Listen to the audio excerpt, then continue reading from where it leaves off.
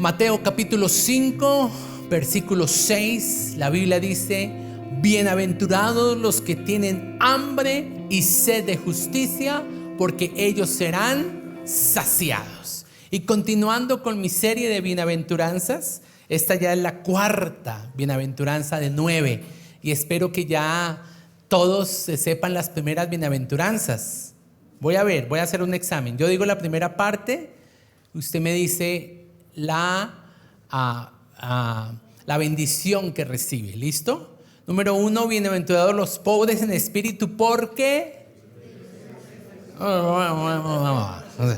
de ellos es el reino de los cielos. Número 2, bienaventurados los que lloran, porque serán consolados. Número 3, bienaventurados los mansos, porque ellos heredarán la tierra, o recibirán la tierra por heredad. Pues muy bien, hoy nos vamos a centrar en la cuarta bienaventuranza, enseñanza dada por Jesús en el Sermón del Monte a sus discípulos, y que es importante y relevante para cada uno de nosotros al ser también discípulos del Señor. Bienaventurados los que tienen hambre y sed de justicia, porque serán saciados. ¿Cuántos quieren ser saciados?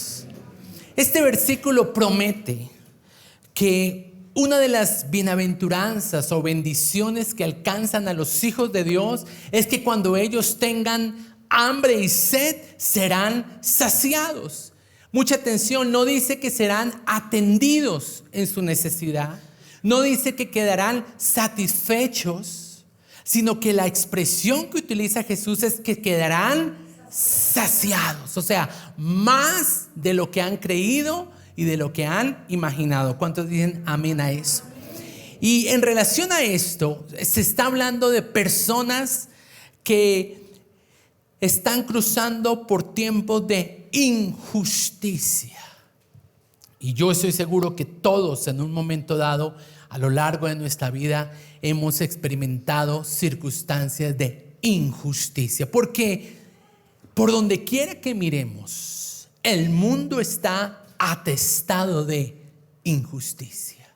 Hay una necesidad profunda de justicia en los diferentes escenarios a lo largo de la tierra. Por ejemplo, tenemos la injusticia social, que es una expresión de la injusticia. Esto tiene que ver con personas que no tienen acceso a recursos, a oportunidades, que se le han vulnerado sus derechos. También otra expresión de la injusticia es la discriminación. ¿Se ha sentido usted discriminado en algún momento? Eso tiene que ver con el trato desigual que se le hace a ciertos individuos o a ciertos grupos. Muchas veces por su condición racial, por su condición de género, de culto, de fe profesada, por alguna discapacidad. Otro término que se utiliza para hablar de injusticia es la exclusión. Esto tiene que ver cuando usted se ha sentido en algún momento marginado o aislado de grupos que le hacen a usted experimentar rechazo. También lo llevan muchas veces a tener la imposibilidad de que sus derechos fundamentales se garanticen para tener una vida digna, una vida equitativa. Y digo esto porque oro que el Espíritu Santo nos esté llevando a momentos donde hemos experimentado injusticia.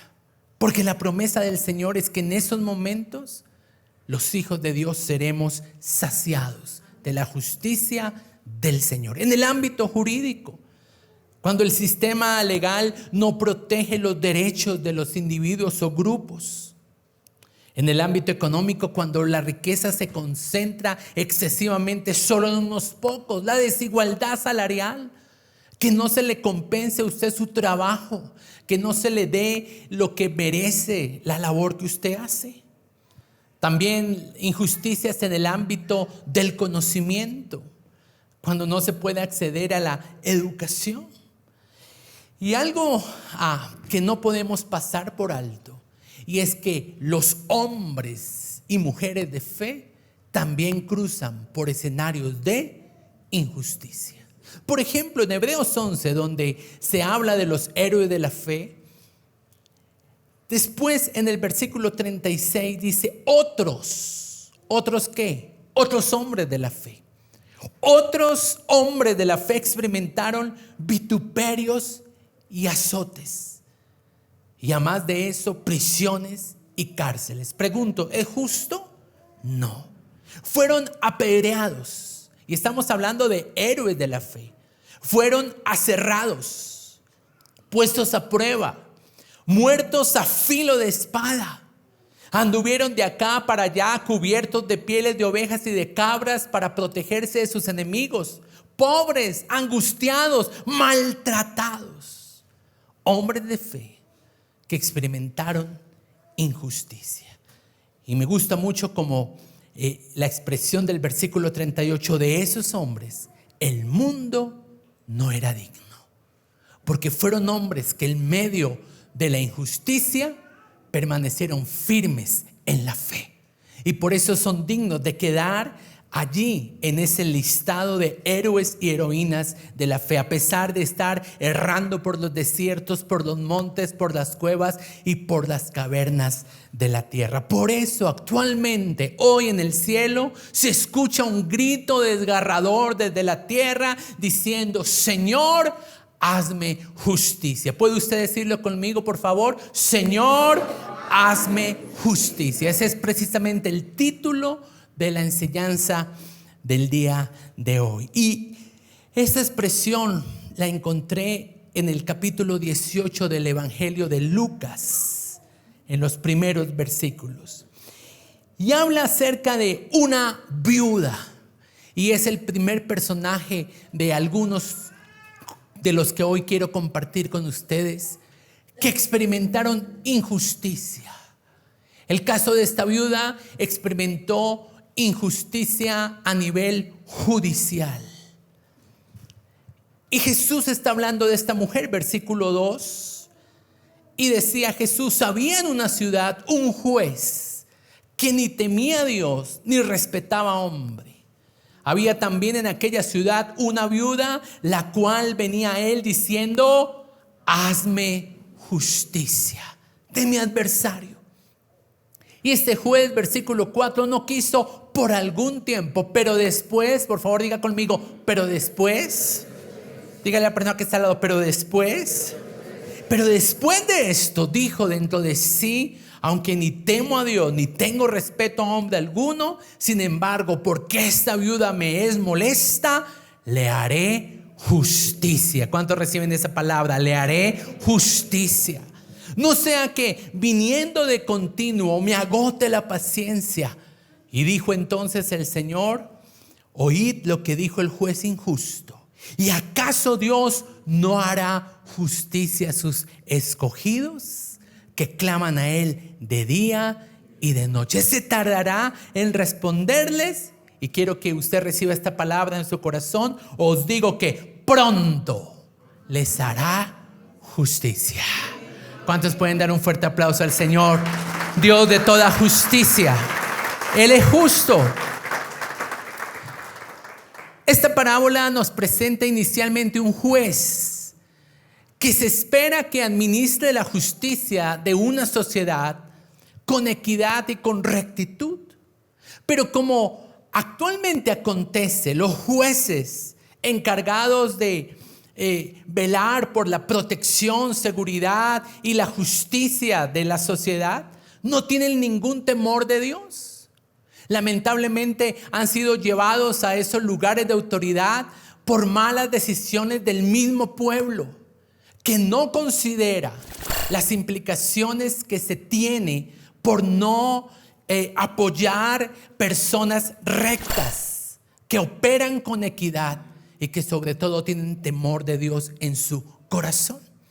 Por eso sus decisiones en el campo judicial eran arbitrarias y no obraba imparcialmente. Pero una mujer, una viuda, que en muchos casos representa la iglesia del Señor, una mujer que para efectos de la parábola se encontraba desamparada, sin protección de algún hombre, sin defensa de su esposo, y que vivía afrentada por un adversario. En el caso de la iglesia, ese adversario es el diablo, nuestro agresor.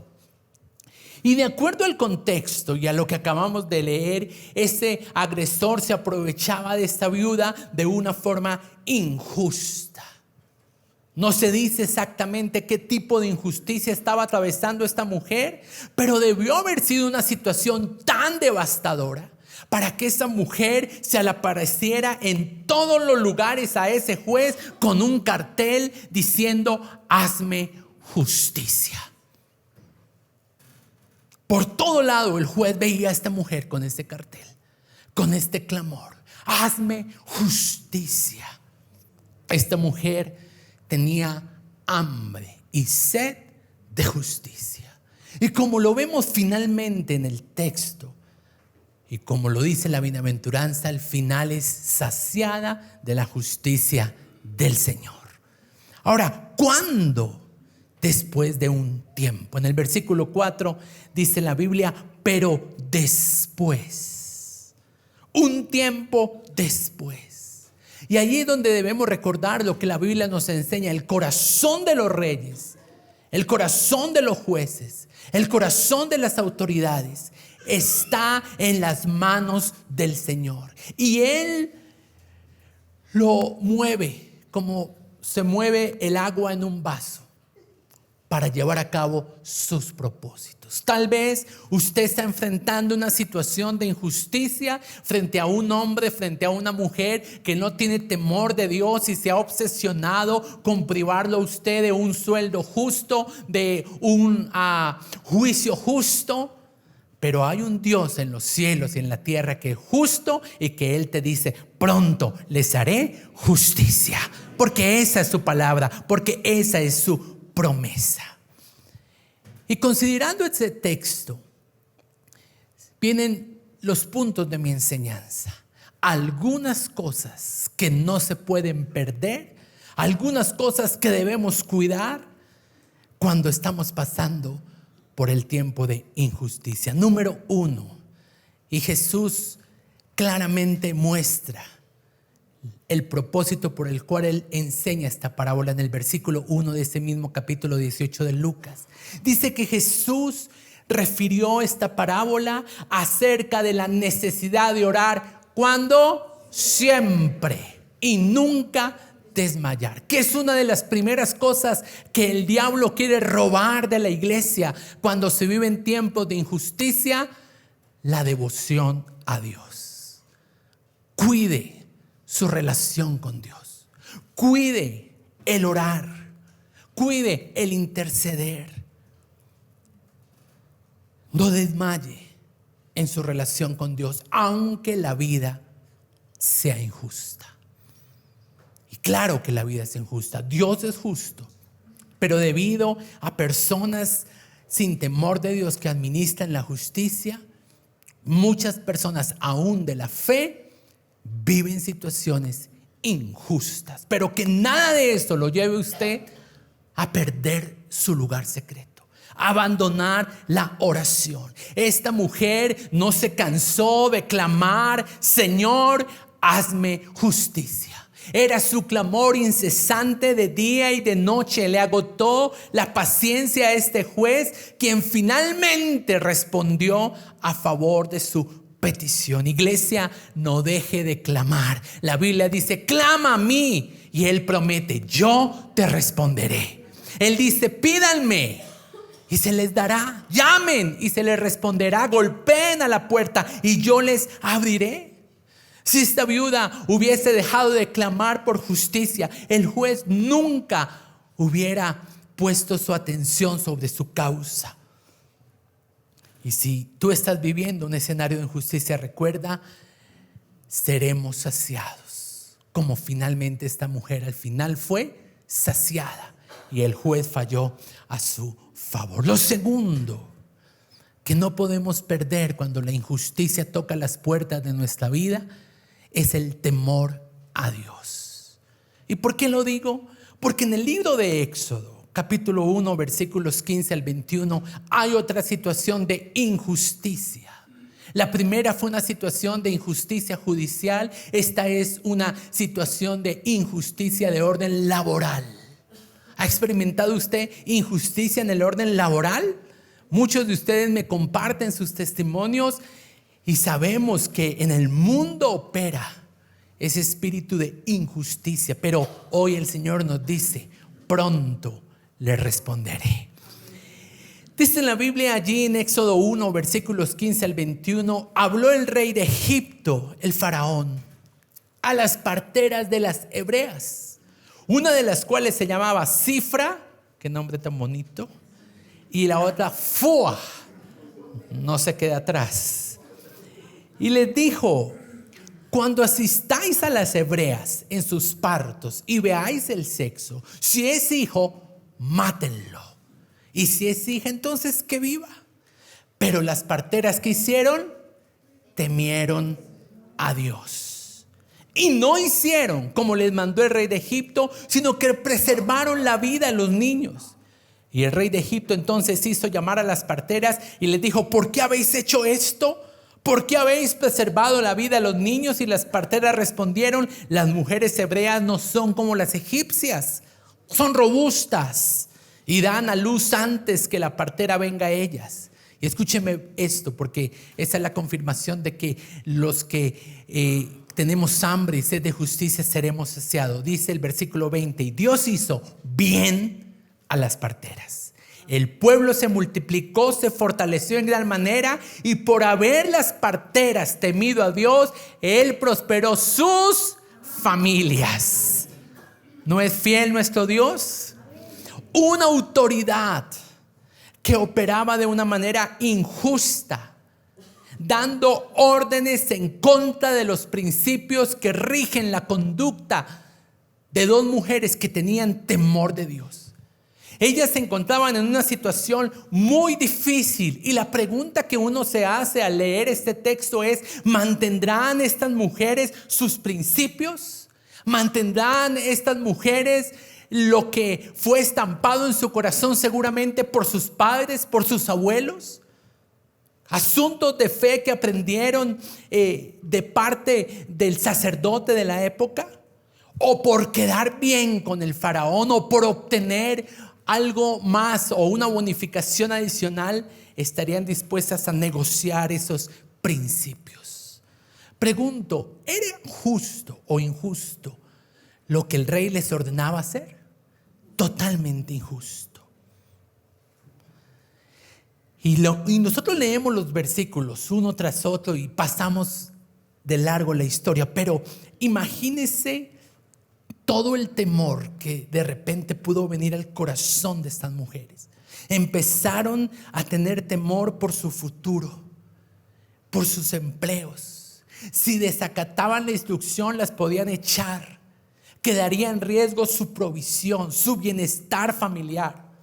Seguramente ellas, cada vez que le decían hay una mujer hebrea que está a punto de dar a luz, ellas empezaban a orar: ay, Señor, que sea niña, por favor, que si es niño le toque a otra partera.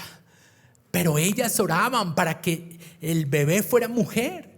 Y si era niño, oraban para que ninguna de las autoridades que estuviera allí presentes se diera cuenta de que ellas preservaban la vida.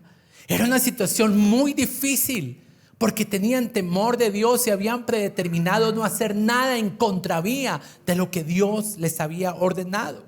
Seguramente hubo tardes donde se reunieron con sus familias y les dijeron a sus hijos, si los tenían, o a sus otros parientes: la provisión de esta familia está en riesgo.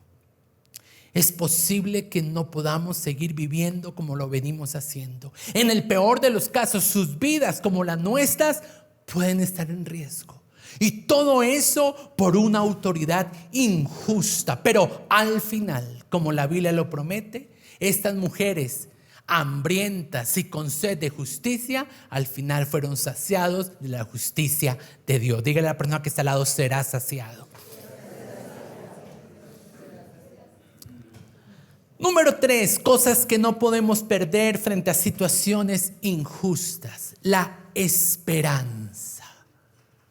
La esperanza. Y aquí quiero referirme a un hombre que experimentó injusticia y que conocemos muy bien su historia. Hablo acerca de José. Y quizás todas las injusticias que él experimentó se desprendieron de la injusticia familiar, de sus propios hermanos. Hay padres que experimentan deslealtad de sus propios hijos. Hay padres que experimentan injusticia de sus propios hijos. Hay hermanos que muchas veces ven actos de injusticia que otros de sus hermanos cometen en contra de ellos. Y eso le pasó a José. Lo vendieron a una compañía de ismaelitas quienes lo esclavizaron. Y eso es algo injusto. Y permanentemente escucho a muchas personas y a muchos creyentes diciendo, pero es injusto. ¿Por qué Dios lo permite? Bueno, no es solamente un asunto hacia usted. Hombres de Dios, mujeres de Dios experimentaron situaciones de injusticia y su fe y sus principios tuvieron que ser puestos a prueba. Génesis 39:20 dice, tomó su amo a José y lo puso en la cárcel donde estaban los presos del rey, y allí lo mantuvo. Sabemos que la razón por la cual José fue llevado a la prisión fue por injusticia, por una falsa denuncia de la esposa de Potifar, quien lo señaló de ser un acosador sexual, cuando ella era quien lo asediaba permanentemente. ¿Era justo? No. Pero es bueno mirar con este lente estos pasajes bíblicos, porque habrá momentos donde cosas acontecerán a los nuestros que no nos parecen justas, pero que tendremos que entender que al final Dios lo va a usar para bien. Génesis 41:1, después de 2 años en la cárcel, dice la Biblia, pasados 2 años, vino un sueño a Faraón. Y usted sabe que eso fue lo que permitió que José saliera de la cárcel, porque Dios le entregó la interpretación de esos sueños. Y por eso en ese mismo capítulo, versículos 40 al 43, ese mismo Faraón que una vez lo puso en la prisión, le dice, tú estarás sobre mi casa y por tu palabra gobernará todo mi pueblo, solamente en el trono seré mayor que tú. Y dijo además Faraón a José, yo te he puesto sobre toda la tierra de Egipto. Él fue al final saciado. Pero ¿qué tuvo que mantener José? La esperanza. Y más allá de haber pasado 2 años en prisión injustamente, considero que José fue un prisionero de la esperanza. ¿Y de dónde sale esta expresión? Del libro de Zacarías, capítulo 9, versículo 12, donde el pueblo de Israel está atravesando una serie de situaciones injustas, y allí Dios les llama y les dice, volveos a la fortaleza, prisioneros de la esperanza. Hoy también os anuncio que os daré doble recompensa. Voy a volver a leer esto. Vuelvan a su fortaleza. ¿Quién es nuestra fortaleza? El Señor. Prisioneros de la esperanza, porque yo les anuncio, yo les declaro que les voy a dar doble recompensa. Dígale al que está al lado, doble recompensa. Atención, Dios no los llama cautivos. Dios no los llama esclavos.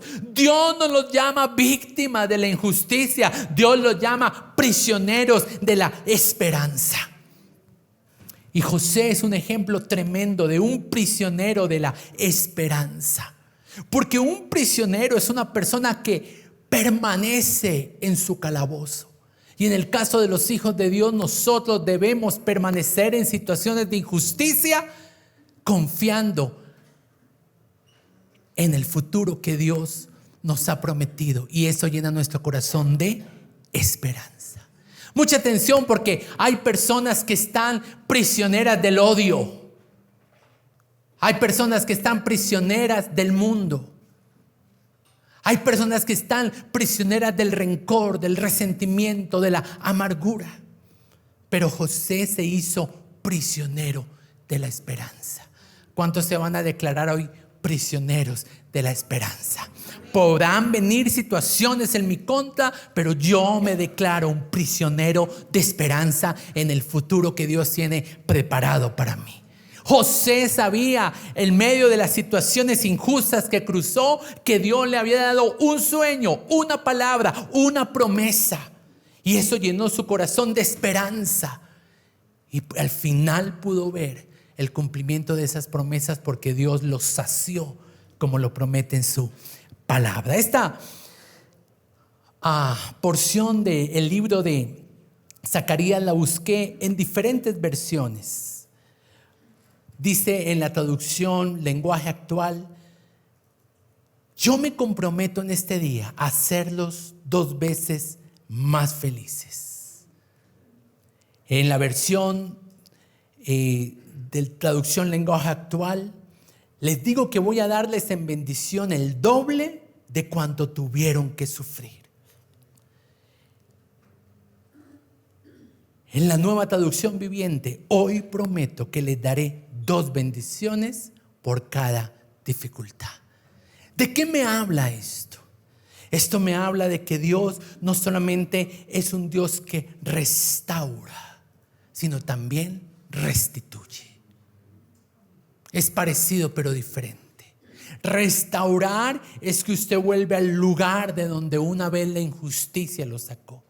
Pero restituir es que Dios paga indemnización. ¿Cuántos saben que así es con el Señor? Y para ese ejemplo les traigo a una mujer.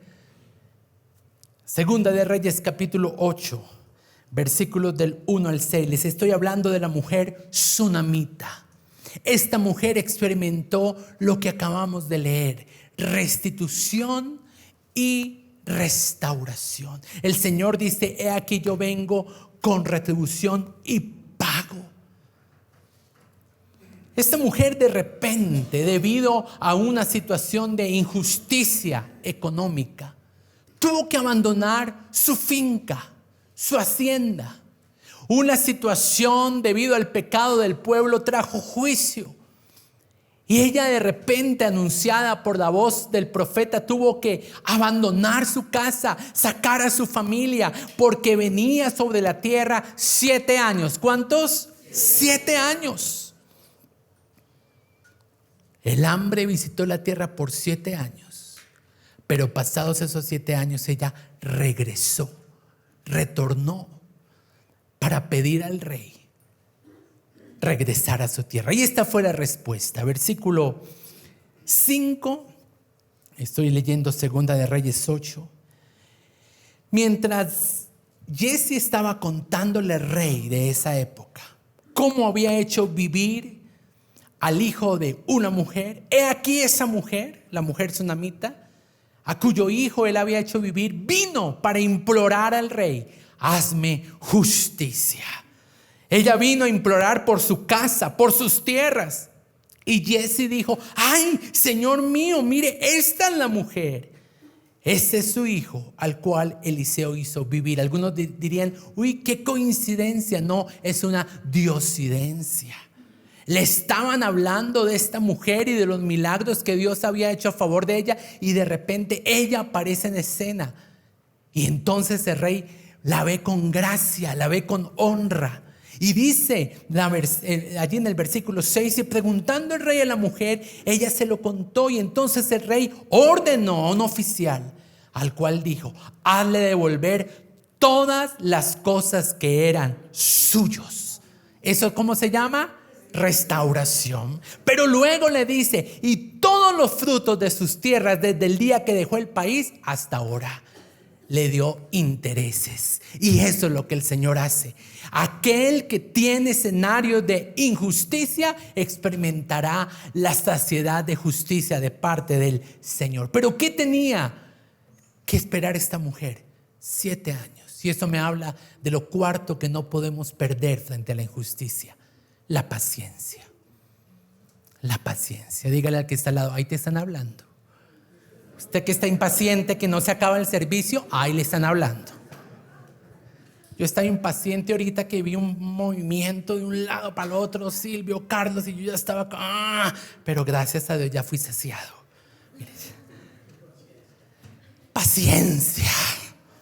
7 años tuvo que esperar en una situación de hambre, pero luego Dios le bendijo y no solamente recuperó lo que había perdido, sino que lo que dejó de recibir esos años, Dios se lo entregó. ¿Cuántos saben que Dios hace milagros financieros? Dios lo hace, Dios paga deudas. Alguien dice muchas veces, no, es que no me alcanza para diezmar. La única manera de salir de deudas es viviendo bajo los principios del Señor. Usted tiene 2 opciones, o lo hace a su manera o lo hace a la manera del Señor.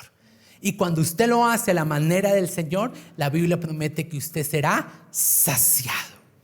7 años ella esperó pacientemente.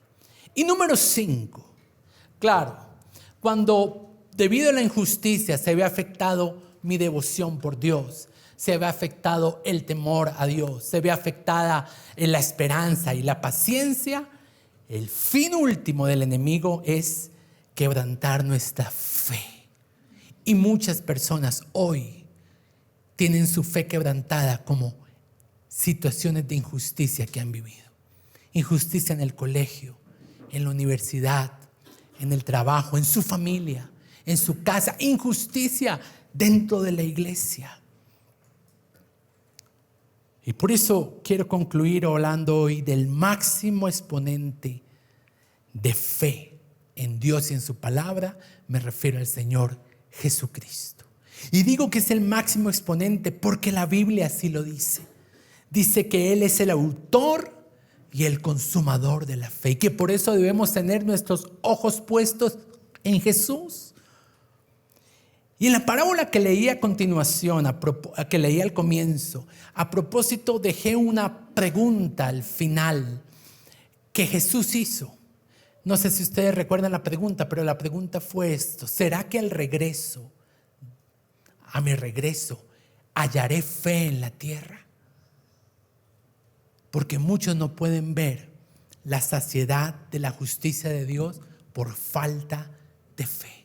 Y por eso usted viene en esta mañana a nutrirse.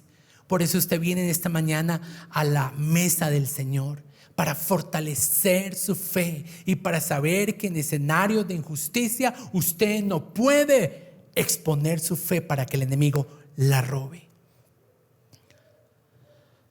Si el Señor viniera hoy, ¿encuentra fe en tu corazón o encuentra queja, reclamo, debilidad, temor, ansiedad? Jesús tuvo una fe inquebrantable. Fe en Dios, fe en su Padre, fe en las promesas que Él le hizo, a pesar de que todas las injusticias vinieron en la vida de Jesús. Si hubo alguien a quien se le trató con injusticia aquí en la tierra, fue al Señor Jesucristo. Y por eso, ojo con esto: puesto los ojos en Jesús. Dígale al que está al lado: puesto los ojos en Jesús. Y ya les voy a decir por qué es tan importante poner nuestros ojos en Jesús cuando se trata de injusticias. Jesús fue rechazado por su pueblo. A los suyos vino, o a lo suyo vino, pero los suyos no le recibieron. Injusto. Fue despreciado por su propia familia, quienes lo tildaban de loco. Fue negado por su amigo Pedro. ¿Le ha pasado a usted eso? ¿Alguien a quien usted ama de repente lo niega por quedar bien con otros? Es injusto. Fue traicionado por Judas. Fue abandonado por sus discípulos. Injusto. Fue injuriado. Fue bofeteado. Fue golpeado. Y nada de esto fue justo para él. Él padeció sin merecerlo. Él fue acusado falsamente. Él fue juzgado injustamente. Fue condenado a una muerte cruel, humillante y a la más severa de su momento, la muerte de cruz. Fue despojado de sus vestiduras. Fue señalado de vergüenza. Primera de Pedro 3:18 dice, porque también Cristo padeció una sola vez por los pecados, el justo por los injustos. Todas las injusticias que usted experimente cayeron sobre Jesús en la cruz. El justo pagó por los injustos. ¿Es justo que yo pague por lo que otro ha hecho? Y ahí es donde viene lo que les acabo de decir. Puesto los ojos en Jesús. ¿Por qué? Porque si queremos ser como Jesús, tendremos que reconocer que habrá momentos donde nosotros tendremos que pagar injusticia a pesar de no haberlo cometido. Él pagó en la cruz por lo que nosotros hicimos. Parecerse a Cristo muchas veces implicará tener situaciones de injusticia que quebrantarán nuestro corazón y que nos llevarán a ser más como Él. Jesús nunca abandonó la fe a pesar de la injusticia que atravesaba su alma. Su confianza siempre estuvo puesta en Dios su Padre y en las promesas que Él le hizo. Quiero invitar a Fátima para que nos comparta un testimonio de lo que el Señor en ese sentido ha venido haciendo en su vida. Mi infancia, pues seguramente como la infancia de muchos acá, no fue fácil. Fue una infancia en una familia muy disfuncional, con un padre presente físicamente pero totalmente ausente emocionalmente.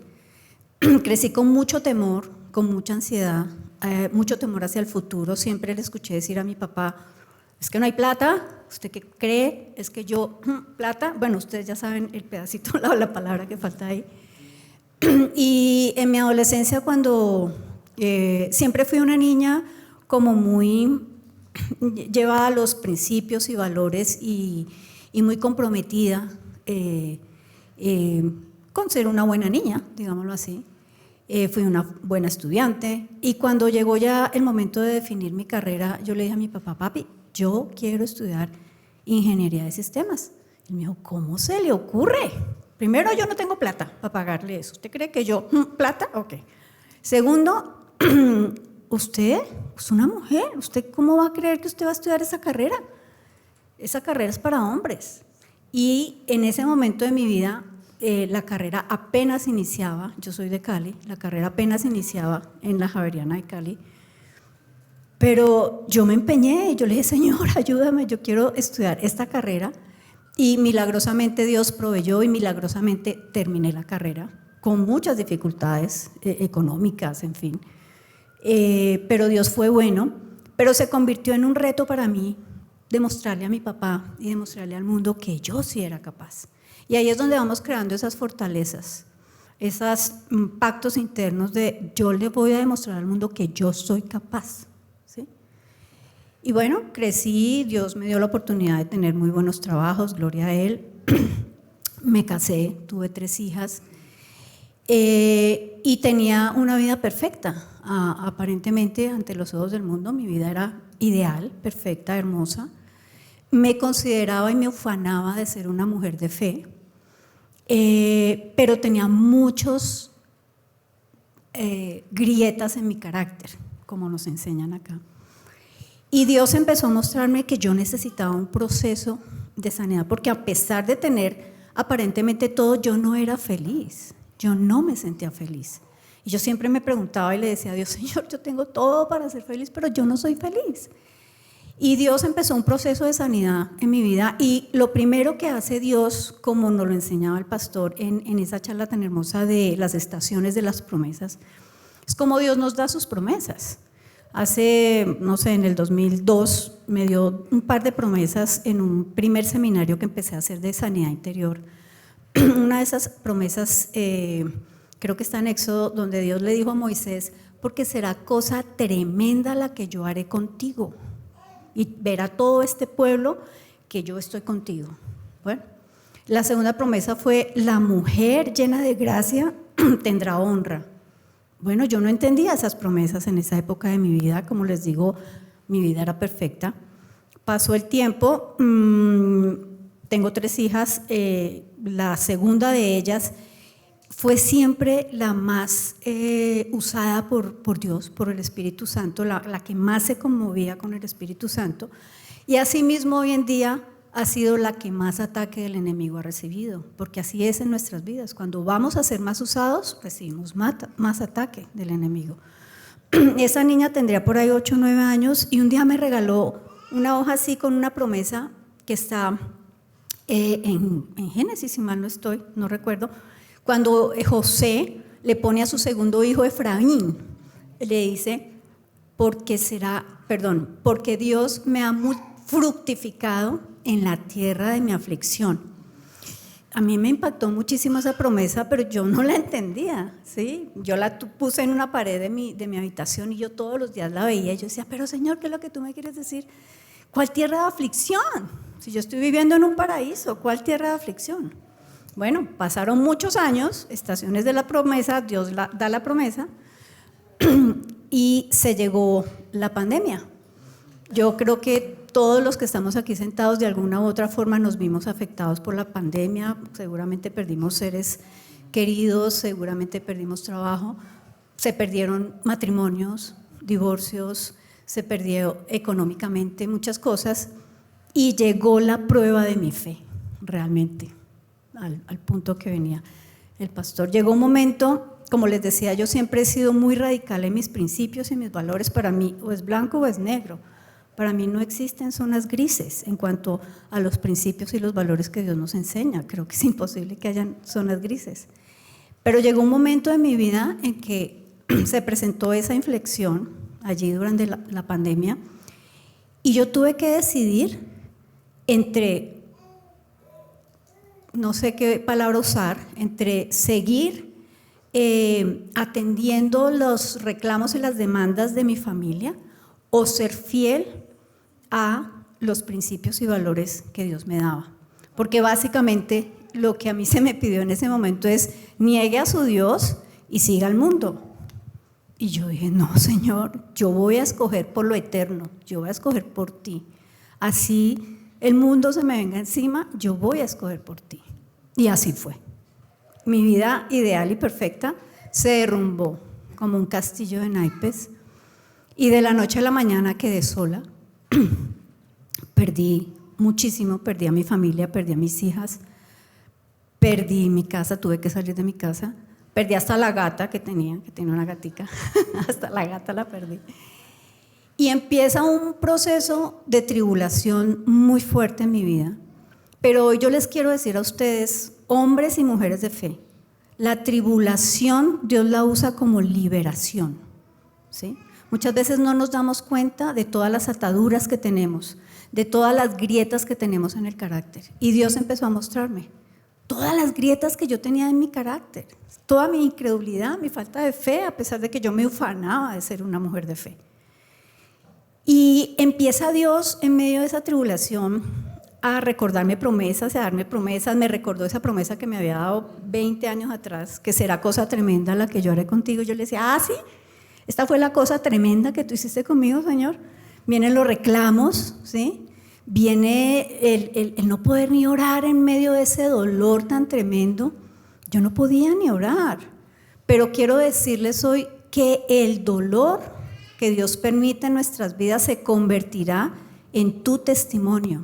Tenlo muy presente. Yo duré, yo creo que 2 años en una depresión, yo me quería morir, yo perdí el propósito de mi vida y Dios empezó a sacar. Dios tiene que obrar desde adentro hacia afuera. Dios no nos puede dar bendiciones externas si primero no ha tratado nuestro interior. Entonces eso pasó, empezó Dios a tratar mi interior, a sacar un montón de cosas de mi vida que era necesaria sacar.